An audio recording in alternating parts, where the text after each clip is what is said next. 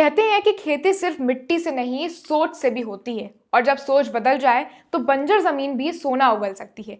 आज हम आपको बिहार के उस किसान की कहानी सुनाने वाले हैं जिसने अपनी जिद, मेहनत और तकनीक के दम पर पूरे देश में नई राह बना दी।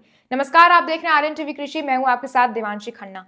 समस्तीपुर जिले के नया नगर गांव की सुधांशु कुमार, जिन्हें आज बिहार का सबसे अमीर किसान कहा जाता है, उनकी कहानी ये साबित करती है कि खेती कोई छोटा काम नहीं बल्कि सबसे बड़ा व्यवसाय है अगर उसे दिमाग से किया जाए तो।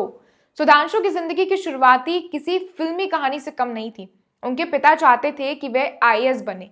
बचपन से लेकर कॉलेज तक हर कदम पर यह सपना उनके साथ जुड़ा रहा। दिल्ली के हंसराज कॉलेज से पढ़ाई करने के बाद सुधांशु ने यूपीएससी की तैयारी की और पहले ही प्रयास में प्रीलिम्स भी पास कर ली। लेकिन मेंस में रुक जाना शायद किस्मत का इशारा था कि उनकी मंजिल दफ्तर की कुर्सी नहीं बल्कि खेत की मेड़ पर इंतजार कर रही है। आईएएस ना बन पाने की निराशा को उन्होंने अपनी दिशा बना ली। उन्होंने देहात में रहकर डेयरी प्रोजेक्ट बनाने का फैसला किया, लेकिन पिता को यह भी पसंद नहीं आया। प्रोजेक्ट रिपोर्ट तक उन्होंने फाड़ दी। घर छोड़ने जैसे हालात बन गए। इसी बीच सुधांशु ने केरल के टाटा टी गार्डन में नौकरी के लिए आवेदन किया और 8 दिनों तक चले इंटरव्यू के बाद उन्हें नौकरी भी मिल गई। लेकिन फिर भी नौकरी मिल जाने के बाद भी उनका मन गांव में ही अटका रहा। उनका दिल कह रहा था कि असली जिंदगी गांव की मिट्टी में ही लिखी जानी चाहिए। गांव लौटकर उन्हें ताने सुनने पड़े। लोग हंसते थे कि इतना पढ़ लिख कर तुम खेती करोगे। कोई कहता था कि नौकरी छोड़कर ये पागल हो गया है। लेकिन सुधांशु ने किसी की भी बात पर ध्यान नहीं दिया। फिर एक दिन पिता ने उन्हें एक बंजर सा आम का बगीचा थमा दिया। शायद ये एक तरह की परीक्षा थी। पिता सोचते थे कि इस बेकार जमीन पर बेटा कुछ कर नहीं पाएगा और अंत में हार कर वापस शहर लौट जाएगा। लेकिन सुधांशु ने यही जमीन अपनी किस्मत बनाने का फैसला कर लिया। 1989 में उन्होंने इस बगीचे को अपने जीवन की पहली प्रयोगशाला की तरह लिया। स्थानीय कृषि वैज्ञानिक से सीखे, तकनीक अपनाई और पूरा ध्यान इस बात पर केंद्रित कर दिया कि विज्ञान के आधार पर खेती कैसे बदली जा सकती है। परिवार जिस बगीचे से साल भर में सिर्फ 15 से 16 हजार रुपए कमाता था, उसी बगीचे से सुधांशु ने पहले ही साल में 1,35,000 रुपए कमा लिए।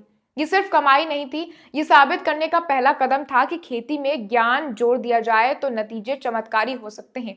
इसी एक साल ने पिता की सोच बदल दी और सुधांशु की राह खुल गई। उन्होंने आधुनिक खेती को पूरी तरह से अपनाया। आज उनके खेतों में आम, लीची, अमरूद, केला, ड्रैगन फ्रूट और नींबू जैसी हाई वैल्यू फसलें उगती हैं। पूरा फार्म उनका हाईटेक है। फाइबर ऑप्टिकल केबल से लेकर सीसीटीवी कैमरे, एआई आधारित सिंचाई प्रणाली, सेंसर, सब कुछ वहां मौजूद है। सुधांशु अपने मोबाइल से खेत की पूरी निगरानी कर लेते हैं। कब पानी देना है, कितना देना है, हर काम तकनीक से तय करते हैं। लीची और आम की खेती में माइक्रो इरिगेशन उनका सबसे बड़ा गेम चेंजर साबित हुआ। इस तकनीक ने पानी की बचत ही नहीं बल्कि फसल की गुणवत्ता और उत्पादन दोनों को बढ़ाया। धीरे धीरे उनका फार्म बिहार का मॉडल फार्म बन गया।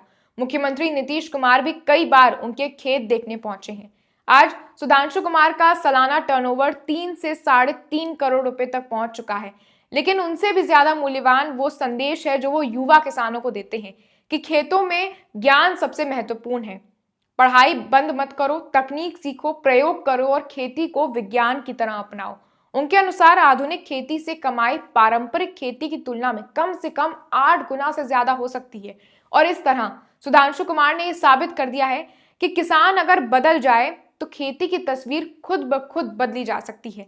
ये कहानी यहीं पर खत्म नहीं होती, बल्कि ये तो शुरुआत है उस बदलाव की जो आने वाले वर्षों में भारत की खेती को एक नई पहचान देने वाली है। कैसी लगी आपको ये इंस्पायरिंग कहानी? हमें कमेंट कर जरूर बताएं।